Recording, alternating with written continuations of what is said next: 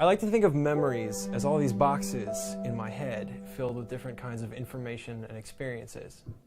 Humans have a very strong emotional memory. Our brains are wired this way to keep us from making the same mistakes over and over again. Whenever we're in an intense emotional state, like extreme stress or joy, then our memory kicks into overdrive and we're usually able to recall those events with great detail.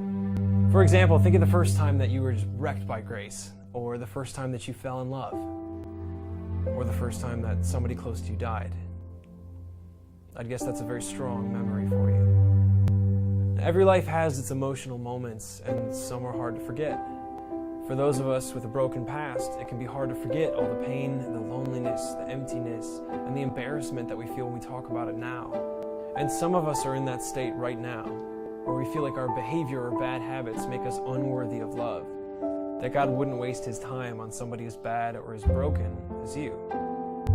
Well, if there's anything that I've learned about God, about seeking Him in my life and the lives of others, it is that He is an absolute master at making good come out of evil. I've seen health come out of addiction.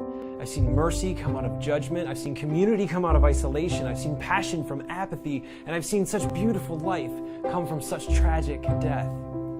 Now for me, I wouldn't trade my broken past for anything. Because once we experience God's love, our broken past is nothing more than proof of God's grace.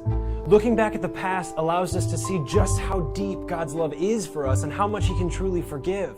If you ask me, having a past that is just packed full of sin and shame just means that upon redemption, you will see God and understand His love that much clearer.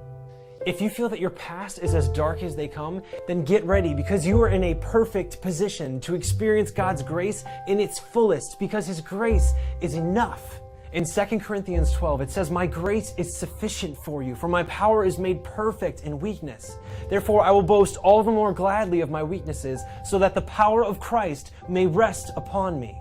So don't forget the past, because you just might forget how perfect God's grace really is.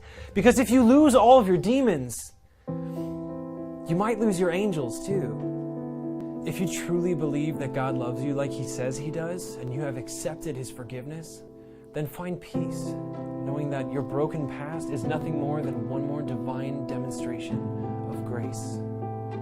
So let the past go. He already has.